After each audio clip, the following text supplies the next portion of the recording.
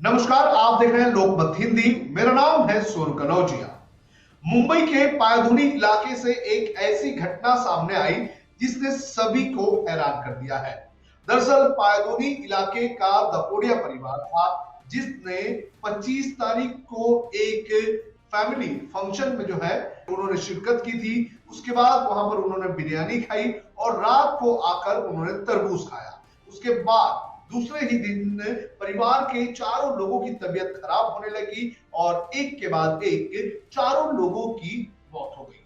और जैसे ही ये जानकारी सामने आई उसके बाद लोग हैरान हो गए। अब सवाल ये उठ रहा है कि आखिर इनकी मौत का कारण क्या है, क्योंकि कई लोग तरबूज को इसका कारण बता रहे हैं तो कई लोग जो है वो बिरयानी को इसका कारण बता रहे हैं। पुलिस की अगर बात करें तो पुलिस की जो प्राइमरी पोस्टमार्टम रिपोर्ट सामने आई है उसमें जो है फूड पॉइजनिंग को कारण बताया गया है और किडनी फेलियर को कारण बताया गया है। लेकिन तीसरा जांच जो है वो आना बाकी है और उसके आने के बाद ये साफ होगा कि आखिर डेथ का कारण क्या है। लेकिन ये जो पूरा मामला सामने आया है, इस पूरे मामले पर बात करने के लिए हमारे साथ एक्सपर्ट जुड़ चुके हैं। हमारे साथ डॉक्टर ईश्वर गिलाडा जी जुड़ चुके हैं जो इस पूरे मामले के एक्सपर्ट हैं। कोविड के दौरान भी उन्होंने इस तरह की इन्फेक्शियस चीजों के बारे में कई बार अपनी राय रखी थी और उनकी राय जो है वो बड़े पैमाने पर एक्सेप्ट भी की गई थी। ईश्वर गिलाडा जी हमारे साथ हैं, उनसे बात करते हैं। सर, ये जो जानकारी, ये जो मामला सामने आया है, 4 लोगों की मौत हो गई, आप किस तरह से इसे देखते हैं?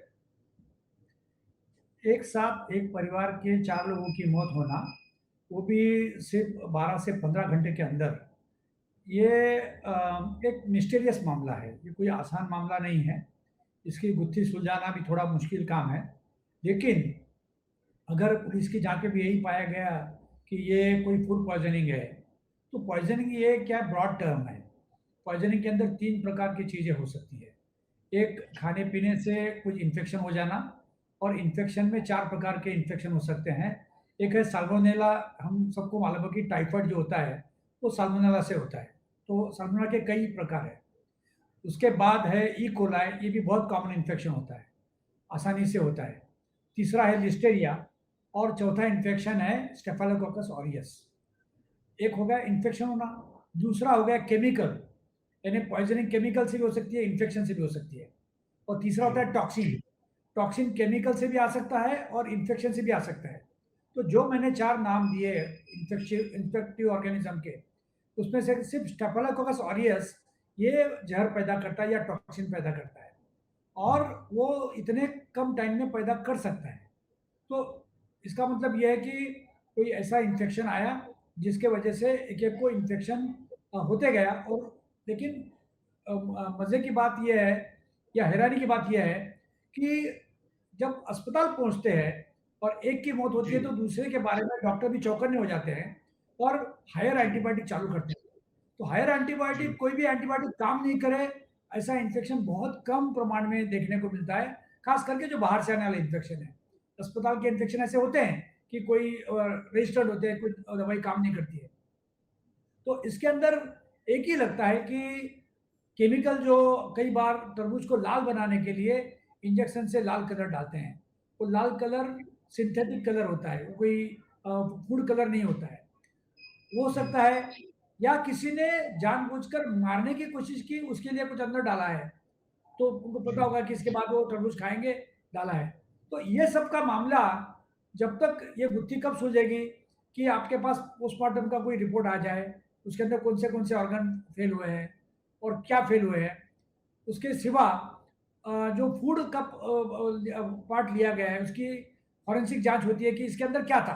क्योंकि ऐसा पता चला कि तरबूज का कोई भाग बचा हुआ था, तो उसमें से जी। क्या इन्फेक्शन था या क्या पॉइज़निंग टिप मिलेगा? और तीसरा होता है सबसे इम्पोर्टेंट, यानी फॉरेंसिक रिपोर्ट। ये तीनों के माध्यम से पता चलेगा कि मौत, सब लोगों की मौत कैसी हुई। तो अगर हम खाली अभी अपना अपना तर्क-वितर्क रख सकते हैं, लेकिन मेरे जो 44-45 साल का अनुभव है मेडिकल फील्ड में, एक जी। साथ एक इन्फेक्शन से एक परिवार के 4 लोग अलग-अलग टाइम में एक ही दिन के अंदर मर जाना, ये बहुत ही पेचीदा मामला है और ये अपने ज़हन में बैठता नहीं है। सर, आपने जिस तरह से बताया कि 3 से 4 आपने इन्फेक्शन जो है वो गिनाए, जिसमें से एक के बारे एक को आपने काफ़ी सीवियर बताया, जिसकी वजह से मौत हो सकती है। तो वो जो इन्फेक्शन है, वो क्या बिरयानी में भी हो सकता था या फिर वो तरबूज में भी हो सकता था? वो इन्फेक्शन हर किसी फूड प्रोडक्ट में हो सकता है। बिरयानी में हो सकता है, पुलाव में हो सकता है, उसके साथ में रायता खाया उसमें होने का चांस ज़्यादा है क्योंकि वो कोल्ड चेन का है और तरबूज में हो सकता है। लेकिन एक परिवार के 9 लोगों ने बिरयानी और पुलाव खाया है और बाकी जो 5 लोग चले गए 1:30 बजे के पहले, तरबूज खाने के पहले, उनको कुछ हुआ ही नहीं। ना बीमार हुए, जी, ना उनको कोई उल्टी और जुलाब हुआ, ना कुछ हुआ। इसका मतलब ये है कि जो कल्प्रिट इसके अंदर है, वो तरबूज है। ऐसा जी, तो बिरयानी का कोई भाग बचा होगा तो उसकी भी जाँच कर सकते हैं। लेकिन फिर भी ये मामला ऐसा लगता है कि अगर 9 लोगों ने खाया है और किसी ने 5 लोगों ने बहुत थोड़ा खाया और 4 लोगों ने ज़्यादा खाया, ऐसा तो किसी ने बताया नहीं है। सब लोगों ने अपना पेट जी, भर के खाया है। तो 5 लोग एकदम कुछ भी नहीं होगा उनको और सिर्फ़ 4 बीमार होंगे, ऐसा भी नहीं हो सकता है। तो ये अब ऐसा है कि इनके अंदर कोई दूसरा आई विटनेस नहीं है। जो भी आई विटनेस था, एक के मौत के बाद दूसरे 3 थे, 2 के मौत के बाद दूसरे 2 थे और 3 के मौत के बाद 1 था। तो वो आई विटनेस जी, से क्या बात हुई? उन्होंने तरबूज के साथ में कोई नमक डाला और कुछ डाला या नींबू के जैसा कुछ डाला, यानी पता नहीं कि साथ में क्या-क्या था। तो ये आई विटनेस की जो बात हुई है या उनके जो ज़बानी पुलिस की ली गई है, उसके अंदर वो थोड़ा-सा प्रकाश डाल सकता है कि उसके अंदर क्या है। उसके बारे में मुझे इसकी जानकारी नहीं है, लेकिन मैं खाली अपना तर्क लगा रहा हूँ कि अगर हम बात करते हैं कि कोई टॉक्सिसिटी हुई है, पॉइज़निंग हुई है, तो आसानी से बोल सकते हैं फूड पॉइज़निंग। तो फूड पॉइज़निंग इन्फेक्शन से हो सकता है, टॉक्सिन से हो सकता है, केमिकल से हो सकता है और केमिकल ऐसे यूज़ किए जाते हैं। अब हम सबको पता है कि अनार को और तरबूज को लाल करने के लिए इंजेक्शन से केमिकल डाले जाते हैं जी। और पेस्टिसाइड भी यूज़ किया जाता है जल्दी पकने के लिए। तो पेस्टिसाइड भी ऐसा काम कर सकता है। सर, वो खास तौर पर मैं तरबूज की बात करूंगा क्योंकि यहाँ पर सबसे ज्यादा सस्पिशन जो है वो तरबूज ही नजर आ रहा है, क्योंकि बिरयानी और भी कई लोगों ने खाई थी, लगभग 9 लोगों ने बिरयानी खाई थी, उनको कुछ नहीं हुआ। लेकिन इन चारों को जो हुआ है वो तरबूज खाने के बाद ही हुआ है। तो तरबूज को अगर देखा जाए तो तरबूज जो है वो इन्फेक्शियस कैसे बन सकता है? पेस्टिसाइड्स की वजह से बन सकता है। क्या पेस्टिसाइड जब डालते हैं तो क्या उसका असर जो है वो तरबूज के अंदर भी होता है, या फिर इंजेक्शन कुछ किया गया तभी जाकर तरबूज जो है वो एक हैजार्डस फ्रूट बन सकता है? तरबूज को किस तरह से इन्फेक्ट किया जा सकता है? और जो बार बार कही जा रही है यही बात कि पेस्टिसाइड्स तो लगाए जाते हैं, लेकिन पेस्टिसाइड्स की वजह से मौतें तो नहीं होती हैं। हालांकि कुछ मामलों में हुई भी है, लेकिन उसका अगर एक एवरेज निकाले तो बहुत ही कम है। तो तरबूज को सबसे ज्यादा सस्पिशियस नजरों से देखा जा रहा है, तो उसको आप किस तरह से देख रहे हैं कि क्या उसको जो है उसके साथ कुछ किया गया रहेगा, या फिर तरबूज जहां से आया वहीं से आने के बाद वो इस तरह की कंडीशन में आया होगा? पेस्टिसाइड का जो इस्तेमाल है, उसके बारे में तर्क और वितर्क दोनों हैं। आपका कहना बराबर है कि अगर पेस्टिसाइड लगाया गया तो अंदर तक कैसे पहुँचे? क्योंकि जी, जैसे हमारी स्किन होती है, उसको बोलते हैं इम्पर्वियस मेम्ब्रेन कि अंदर आसानी से कोई इन्फेक्शन या ऑर्गेनिज़्म या कोई बाहर का चीज़ अंदर नहीं जाने देती है। उसी ढंग से तरबूज में भी स्किन है बाहर का, तो ठीक है, जी, तो अंदर कैसे जाएगा? लेकिन उसका वितर्क ये है कि अगर अंदर कुछ जा नहीं सकता है, तो बाहर कुछ करने से अंदर पकेगा कैसा?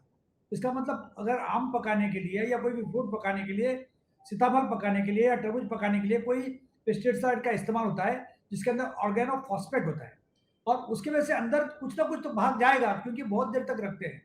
आपको कई बार देखने को मिला होगा कि जब हम सीताफल खाते हैं, तो सीताफल के बाहर से कुछ-कुछ सफ़ेद पाउडर लगा रहता है। तो वो सफ़ेद पाउडर वो पेस्टिसाइड होता है। तो ऐसा पेस्टिसाइड जाने के क्योंकि उसमें एक मरीज़ के साथ में ऐसा हुआ कि उसको मुँह से फेस आ रहा था। तो मुँह से फेस आना या इमीडिएट उल्टी होना, तो वो ऑर्गेनोफॉस्फेट से हो सकता है। तो अब जैसा मैंने पहले बताया कि ये तो अपने को फॉरेंसिक जाँच, पोस्टमार्टम रिपोर्ट और वो फूड की जो जाँच हुई उससे पता चलेगा। लेकिन ये सब पॉसिबिलिटी है कि जी। आप पेस्टिसाइड का इस्तेमाल करने की वजह से ये सब हो सकता है। सर एक चीज मेरा भी ये सवाल है और ऐसी चीजें बचपन में मेरे घर में हुआ करती थी, इसलिए मैं ये सवाल आपसे पूछना चाहूंगा। और इसका मेडिकल साइंस से कितना रिलेशन है नहीं है, इसके बारे में मैं कोई इसको ऑथराइज नहीं कर रहा हूँ। लेकिन बचपन से मेरी माँ घर में ये कहा करती थी कि आप राइस खाने के बाद आप वाटरमेलन ना खाओ, या तो फिर वाटरमेलन खाने के बाद आप राइस मत खाओ, और उसके बीच में एक लंबा गैप होना चाहिए। और मेरी माँ का यह कहना था कि दोनों एक के बाद एक खाने से पेट में दर्द होता है, तो हम बचपन से उस तरह से नहीं खाते थे। तो क्या आपके इस 40 साल के एक्सपीरियंस में आपने कहीं इन सारी चीजों को देखा है? मेडिकल एविडेंस नहीं है, बस मेरे घर में ये रीति चलती आती रही है, इसलिए मेरा सवाल ये है। मेरा भी ये मानना है कि जो हमारे पुराने कल्चरल प्रैक्टिसेस है, ये ओरिजिनली साइंस बेस्ड थे, और साइंस बेस्ड होने के बाद उसका कल्चर में इस्तेमाल हुआ, फिर एक से दूसरा जनरेशन प्रैक्टिस करते गया और साइंस को भूल गया। और अपन ये जो अपना कल्चरल मालूमात अपने माँ बाप से, दादा दादी से मिलती है, उसका साइंस कैसा था, इसका मैं अलग से प्रोग्राम करके बता सकता हूँ कि जन्म मरण परण ये तीनों में, शादी मरना और शादी जन्म में, ये तीनों में जो कल्चरल प्रैक्टिसेस है ये पूरी साइंटिफिकली बेस है, और मैं इसका पूरा जी। विश्लेषण करके दिखा सकता हूँ कैसे है। तो हो सकता है कि जो उनका कहना है कि जैसे मूंगफली खाने के बाद पानी मत पियो, तो उनका मूंगफली का छोटा टुकड़ा आपका अगर रह जाएगा, पानी पीने से आपको कफ रिफ्लेक्स आएगा, या जी। आपके स्वास्थ्य नलिका में वो टुकड़ा चले जाएगा। तो इनका ये कहना जी। था, ये साइंटिफिकली बेस्ड था और प्रैक्टिस बेस्ड था। तरबूज के बारे में मुझे इसकी पूरी जानकारी नहीं है, लेकिन अगर समझो ऐसा कुछ हुआ भी कि चावल खाने के बाद में तरबूज खाया, तो पेट दुख सकता है, उल्टी हो सकती है, एक आध जुलाब हो सकता है, इंसान मरेगा नहीं, तो तकलीफ हो सकती है, तो ये तकलीफ जानलेवा नहीं होगी। तो जी। इसमें दो चीज में फर्क है। जी। सर एक चीज आपने बताया कि जब इन चारों को हॉस्पिटल लेकर जाया गया, तो उस वक्त एक की अगर मौत हो गई तो दूसरे को एंटीबायोटिक जो है वो और भी बेहतर देना चाहिए था। तो क्या आपको लगता है कि कहीं ना कहीं इस पूरे मामले में जो डॉक्टर्स इन पेशेंट्स को देख रहे थे, उन लोगों की तरफ से भी कहीं ना कहीं एक तरह से गलती हुई है, या फिर लापरवाही उस एंगल पर भी हुई होगी? क्योंकि एक ही दिन में चारों की मौत हो रही है, एक के बाद एक हो रही है, तो उस वक्त कदम उठाने चाहिए थे कि नहीं उठाने चाहिए थे? मैं जे अस्पताल में काम कर चुका हूँ 10 साल, 1981 से 91। मेरा ये कतई मानना नहीं है कि डॉक्टर से कोई चूक हो सकती है। जी। एक डॉक्टर से एक मरीज के बारे में एक चूक हो सकती है, लेकिन कई डॉक्टरों से कई मरीजों के बारे में चूक नहीं हो सकती। आपको जी। पता होगा कि जब ग्लिसरीन की मौतें हुई एक के बाद एक, तो जे अस्पताल ने पहली बार सबसे दुनिया के सामने लाया कि ग्लिसरीन से कैसे मौतें हो रही है। तो ऐसा जी। कोई चांस ही नहीं कि डॉक्टर की तरफ से कुछ चूक होगी। दूसरी बात यह है कि हर अस्पताल जहाँ पे उनके पास ऐसा इमरजेंसी मरीज आता है और लूज मोशन और वोमिटिंग कर रहा है, तो वो इंजेक्शन से ही दवा देगा, क्योंकि जो मुझे पता है कि ओरली दवा देने से वो उल्टी कर देगा। तो उसको पहले जी। सबसे पहले उल्टी बंद करना, लूज मोशन का जांच करना क्या है, इन्फेक्शन का क्या है, और हायर एंटीबायोटिक देना, ये उनका पहला कर्तव्य है, और वो करते हैं हर अस्पताल जी। में, वो छोटा हो बड़ा हो नर्सिंग होम हो, और ये तो मेडिकल कॉलेज अस्पताल है, यहाँ पर चूक का कोई चांस ही नहीं है। जी। तो लेकिन सर जैसे एक की डेथ हुई तो दूसरे के का इलाज चल रहा था, तो उसमें क्या गलती हुई होगी? या फिर आपने जिस तरह से कहा कि इन्फेक्शन की वजह से मौत होना बहुत मुश्किल वाली बात है, कुछ तो चूक हुई ये होगी। बात की ये बात की गुत्थी सुलझाने के लिए अस्पताल ने भी कुछ सैंपल तो पेशेंट के लिए होंगे। ब्लड का सैंपल होगा, यूरिन का सैंपल होगा, स्टूल का सैंपल होगा, या वोमिटस यानी जो उल्टी आई है उसका सैंपल होगा। उसके भी टेस्ट आए होंगे, और इन्हें हो सकता है कि पूरे के पूरे जांच अस्पताल में नहीं हो, जो टॉक्सिकोलॉजी या फॉरेंसिक स्टाइल की जांच नहीं हो, लेकिन जो इन्फेक्शन की जांच है वो हर एक ढंग से हुई होगी, और वहां से वो जो अगर इन्फेक्शन का रिपोर्ट आएगा उसमें और पता चलेगा। कुछ इन्फेक्शन के रिपोर्ट आने के लिए 2 से 3 दिन वक्त लगता है, जिसको हम कहते हैं कल्चर एंड सेंसिटिविटी। तो अगर पहला हमारा दायरा आगे बढ़ गया कि कोई इन्फेक्शन नहीं है, तो वहाँ बात खत्म हो जाती है। लेकिन इन्फेक्शन जब आता है तो उसके ऊपर क्या एंटीबायोटिक काम करेगा, तो इसका ग्रोथ होने के लिए 2 या 3 दिन वक़्त लगता है। तो 2 दिन में ग्रोथ होती है, तीसरे दिन आपको एंटीबायोटिक क्या काम करेगा पता लगेगा। तो दोनों चीज़ में गुत्थी सुलझ जाएगी कि इन्फेक्शन क्या था और जो एंटीबायोटिक यूज़ किया गया, वो काम आया कि नहीं आया, ये वहाँ पे कल्चर एंड सेंसिटिविटी रिपोर्ट जो आएगा, उससे पता चल जाएगा। सर लेकिन एक और बात मैं समझना चाहूंगा आपसे कि 25 तारीख की रात को इन लोगों ने बिरयानी खाई, फिर 26 तारीख की सुबह यानी कि 1-1:30 बजे के आसपास इन लोगों ने जो है तरबूज खाया, और सुबह लगभग 6:30 बजे जो है पहली मौत हुई है। 6:30 बजे नहीं, सुबह 10:15 पर बताया जा रहा है कि पहली मौत हुई है। उसके बाद 10:30 बजे रात को दूसरी मौत हुई है, और उसके अकॉर्डिंगली और 2 मौतें हुई है। तो क्या किसी इंफेक्शन की वजह से, यानी कि फूड पॉइजनिंग की वजह से, क्या इतने जल्दी जो है किसी की हालत इतनी खराब हो सकती है, या फिर इंफेक्शन इतना बड़ा था जिसकी वजह से इन लोगों को ठीक होने या फिर उस इंफेक्शन को सहने तक की ताकत नहीं रही? देखिए, फिर से वही सवाल आता है कि फूड पॉइज़निंग, और फूड पॉइज़निंग में तीनों चीज़ें हैं, इन्फेक्शन है, टॉक्सिक पदार्थ है जो ज़हर जैसा है, या केमिकल है जो ज़हर बन गया अंदर। तो ये तीनों चीज़ें हमें गुत्थी तभी सुलझेगी अंदर क्या था। तो अगर हम खाली इन्फेक्शन की बात करते हैं, तो साल्मोनेला, इकोलाई और लिस्टेरिया ये इतने ज़्यादा जल्दी मौत नहीं कर सकते। लेकिन स्टेफिलोकोकस ऑरियस जो टॉक्सिन प्रोड्यूस करता है, जो टॉक्सिन मेकिंग बैक्टीरिया बोलते हैं, टॉक्सिक टॉक्सिक प्रोड्यूसिंग बैक्टीरिया, वो उसमें चारों में एक ही है, तो वो ऐसा काम कर सकता है। लेकिन अगर उस वो मान लें कि चलो स्टेफिलोकोकस ऑरियस है, तो स्टेफिलोकोकस ऑरियस के लिए कोई भी जो एंटीबायोटिक यूज़ किया गया अस्पताल में काम करेगा, ऐसा नहीं कि नहीं करेगा। और यूजुअली जब एंटीबायोटिक स्टार्ट करते हैं ऐसे सीरियस केसेस में, 1 नहीं 2-3 एंटीबायोटिक चालू करते हैं, क्योंकि उतना वक़्त उनके पास नहीं है। वक़्त गँवाने के लिए वक़्त नहीं है, और सामने उनके एक परिवार के एक व्यक्ति की भी उसी चीज़ से मौत हुई दिख रही है, दूसरी मौत हुई जी, दिख रही है, तो तीसरे-चौथे को बचाने का प्रयत्न होता ही होता है।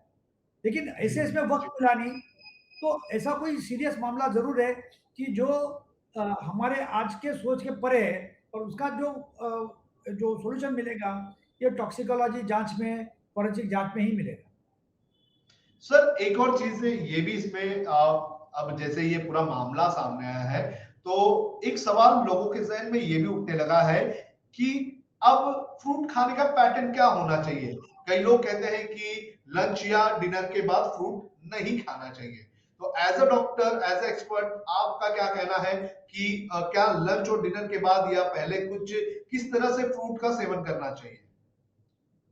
नहीं, नहीं, ये इसके अंदर कोई रूल नहीं है। आप बेशक खाना खाने के बाद में फ्रूट खा सकते हैं, उसके बाद में मिठाई खा सकते हैं। ऐसा कोई इसका रूल नहीं है कि आप इसके बाद ये खाएँ, इसके बाद ये ना खाएँ। और कभी-कभी आप खाली फ्रूट खा के भी जी सकते हैं। ऐसा भी नहीं कि आपको खाना खाना ज़रूरी है। तो इसके अंदर कुछ भी यानी रूल रेगुलेशन लगाने की ज़रूरत नहीं है, क्योंकि लोग पहले ही परेशान हैं। मुझे लगता है कि तरबूज जी, वाला का धंधा तो ज़ीरो हो गया होगा अभी। जी। और मेरे क्लिनिक के बाजू में एक तरबूज का गाढ़ा है। वो तरबूज के कलिंगड़ के जूस के नाम से फ़ेमस है। कई बार हमारे मरीज़ों को बोलना पड़ता है कि मेरा क्लिनिक वो कलिंगड़ जूस वाले के पीछे है। तो मैं पता करूँगा उनका भी जूस का धंधा मार खाया है क्या? नहीं सर, कुछ रिपोर्ट्स मैं देख रहा हूँ कि तरबूज खाने के बाद ये चीजें नहीं खानी चाहिए, जैसे कि दूध हो गया कि दूध नहीं पीना चाहिए तरबूज खाने के बाद, अंडा, तुरंत पानी भी नहीं पीना चाहिए, प्रोटीन युक्त पदार्थ, नमकीन फूड आइटम्स, ऐसी रिपोर्ट्स कुछ है जो अभी मैं कुछ रिसर्च कर रहा था तो पढ़ रहा था। तो इसीलिए मेरा ये सवाल उठा कि क्या कुछ ऐसा पैटर्न है, कुछ खाने नहीं खाने से कुछ इम्पैक्ट पड़ता है इसमें? देखिए, मैं ये इसका प्रोटैगोनिस्ट और एंटागोनिस्ट नहीं हूँ। और जैसे मैं बताया कलम का जूस वाला है, वो 2 नमूने का जूस रखता है। एक पानी वाला जूस है, एक दूध वाला जूस है। तो अगर दूध नहीं लेना चाहिए तो कलिंगड़ का जूस सुबह से शाम तक 50 लोग पीते हैं, 100 लोग पीते हैं। और कोई अभी तक मेरे पास मरीज़ बन के तो नहीं आया, क्योंकि सबसे नज़दीक का क्लिनिक मेरा ही है अगर उनको कुछ हो गया तो। तो मैं ऐसा कुछ तर्क-वितर्क इसके बारे में लगाना नहीं चाहता हूँ, क्योंकि ये सबकी अपनी-अपनी सोच है, सबके अपने कल्चरल प्रैक्टिस है, सब किसी के धर्म में कुछ-कुछ लिखा हुआ है। तो वो अपने ढंग से फॉलो करे, लेकिन इसके अंदर कोई गलत, कोई सही नहीं है। नहीं सर, मैं साइंटिफिक जो है वो कारण आपसे जानना चाहूंगा, क्योंकि एज अ डॉक्टर आप साइंटिफिक कारण बताइए कि खा सकते हैं, नहीं खा सकते, कोई साइंस में ऐसा कुछ है कि कोई पैटर्न है आपको फ्रूट और खाना खाने के बीच का? नहीं, नहीं, मुझे तो उसमें कोई साइंटिफिक कारण लग नहीं रहा है, इनके पर्टिकुलरली ये केस के बारे में। एक केस के बारे में गुत्थी ऐसी है कि एक परिवार के 4 लोग बहुत कम टाइम में मरे हैं। तो अगर कोई फाउल प्ले है, तो सामने आ सकता है।